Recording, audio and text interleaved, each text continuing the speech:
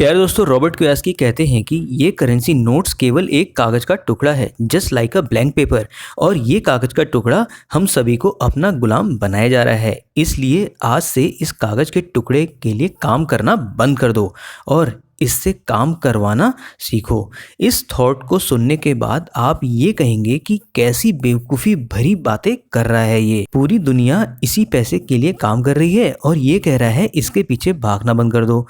आप लोग ये भी कह सकते हैं हम टिपिकल मिडिल क्लास फैमिली में इस पैसे को बहुत ज़्यादा रिस्पेक्ट दी जाती है और अनफॉर्चुनेटली हमारे पेरेंट्स ने भी काफ़ी सारी मेहनत इसलिए की ताकि वो बहुत अच्छा पैसा कमा सके। लेकिन दोस्तों, एक अच्छी जॉब होने के बावजूद भी और हर एक पैसे का सही हिसाब रखने के बाद भी हम और हमारी जनरेशन अभी तक अमीर क्यों नहीं बन पाई? रॉबर्ट कियोसाकी ने इस बात को बड़े अच्छे से अपनी book rich dad poor dad में समझाया है, जिस वीडियो का लिंक आपको कम्युनिटी टैब या फिर कमेंट सेक्शन में पिन किया हुआ मिल जाएगा। रॉबर्ट कियोसाकी ने अपनी बुक के इम्पॉर्टेंट चैप्टर में ये बताया है कि उनके दो पिता थे, एक गरीब पिता, दूसरा अमीर पिता।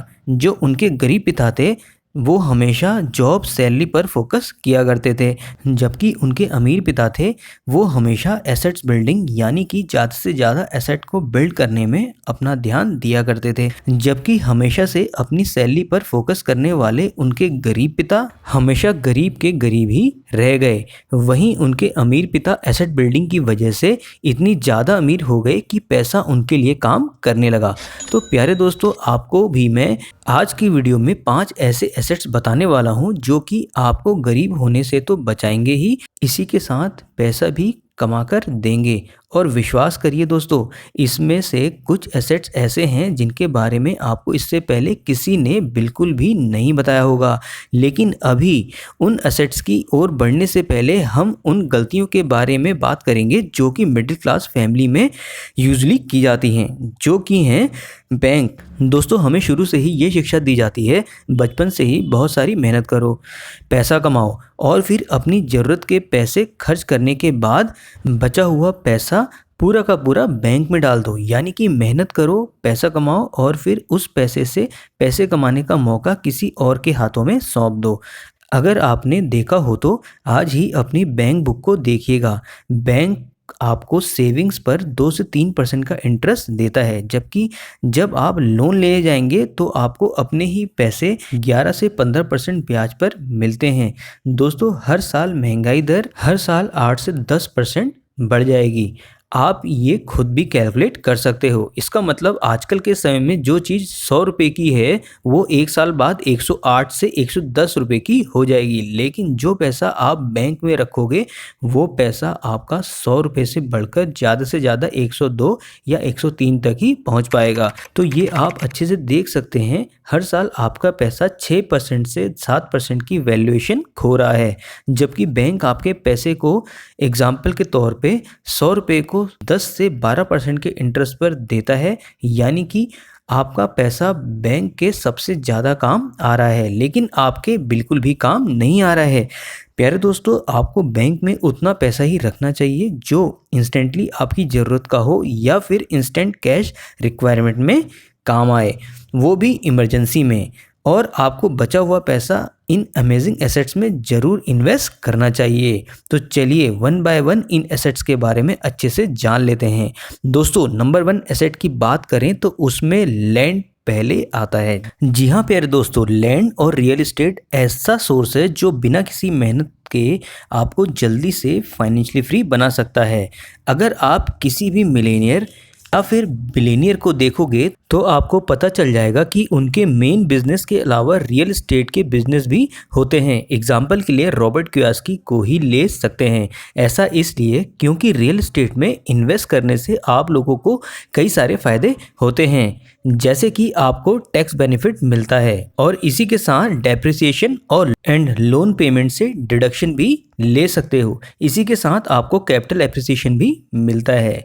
सबसे बड़ी बात तो ये है, इन्फ्लेशन के साथ साथ साथ आपकी प्रॉपर्टी की वैल्यू भी बढ़ती रहेगी, जिससे आपकी प्रॉपर्टी पर इन्फ्लेशन का कोई भी असर नहीं होगा। और इतना ही नहीं, अदर प्रॉपर्टी के लॉस पर आपको होम लोन कम इंटरेस्ट पर मिल जाता है, जिससे आप यानी कि अदर्स पीपल मनी का यूज़ कर सकते हैं और प्यारे दोस्तों अपने लिए पैसिव इनकम को जनरेट भी कर सकते हो। दोस्तों इंडिया में जितने भी रिचेस्ट पर्सनैलिटी हैं, चाहे टाटा हो या फिर अडानी, अपने मेन बिजनेस के अलावा रियल एस्टेट में भी काफ़ी पैसा इन्वेस्ट करते हैं। और अगर आपने न्यूज़ में हाल ही में पढ़ा हो तो लोगों ने यूपी में लैंड परचेस किया है, क्योंकि लैंड एक ऐसा रिसोर्स है जो आपको बैठे बैठे करोड़पति बना सकता है। लेकिन अब सवाल ये है, लैंड के लिए तो काफ़ी पैसा चाहिए, लेकिन हमारे पास तो इतने पैसे है ही नहीं। इसलिए बढ़ते हैं अपने एसेट नंबर 2 पर, जो है रीट्स। जी हाँ, REITS, real estate investment trust. ये बिल्कुल म्यूचुअल फंड्स की तरह ही काम करता है। इसमें ये ट्रस्ट या फिर कॉमर्शियल प्रॉपर्टीज़, होटल, मॉल्स या फिर शॉप्स में, या यूँ कहें रेजिडेंशियल प्रॉपर्टीज़ जैसे कि अपार्टमेंट्स या फिर होटल्स में अपने पैसों को इन्वेस्ट करते हैं। अब दोस्तों रीट्स में अपने पैसे अगर आप इन्वेस्ट करते हैं तो आपको 3 बेनिफिट ज़रूर मिलते हैं। सबसे पहला फ़ायदा तो ये है, यहाँ पर आप अपने पैसों को मात्र 500 रुपये से भी इन्वेस्ट करना शुरू कर सकते हैं। इसलिए आपको यहाँ पर ज़्यादा पर्सन की ज़रूरत नहीं होती है। और जब भी ये कंपनी किसी भी प्रॉपर्टी पर अपना पैसा इन्वेस्ट करती है, जैसा कि होटल्स या फिर मॉल्स में, जो अपने आप में कॉमर्शियल प्रॉपर्टी है, तो यहाँ से उनको जो रेंटल इनकम जनरेट होती है तो उसकी 90% ये हमेशा आप लोगों को डिविडेंड के फॉर्म में दे देती हैं। तो यहाँ पर अपने पैसे इन्वेस्ट करने से आपको हमेशा हर मंथ एज अ डिविडेंड के फॉर्म में पैसा मिलता रहेगा। इसका तीसरा फ़ायदा है, जैसे जैसे समय बढ़ता है तो जितनी भी प्रॉपर्टी ये कंपनी खरीदती है उनका प्राइस भी बढ़ता है, जिससे आपको कैपिटल एप्रिसिएशन का फ़ायदा मिलता है और उसका इन्वेस्टमेंट किया हुआ अमाउंट भी ग्रो करता है। इसलिए दोस्तों अगर आपके पास रियल एस्टेट में पैसा इन्वेस्ट करने को नहीं है तो आपके पास रीट्स एक बढ़िया ऑप्शन है। अगर आपको अभी तक के ये 2 तरीके अच्छे लगे हों तो वीडियो को डेफिनेटली लाइक करें और अपने दोस्तों को भी ज़रूर शेयर करें। बाकी के बेस्ट पैसिव इनकम सोर्स मैं शेयर करूंगा अपनी दूसरी वीडियो में, जो रहेगा एपिसोड नंबर 2। तो मिलते हैं एक बढ़िया सी अच्छी सी फाइनेंशियल लर्निंग वीडियो में।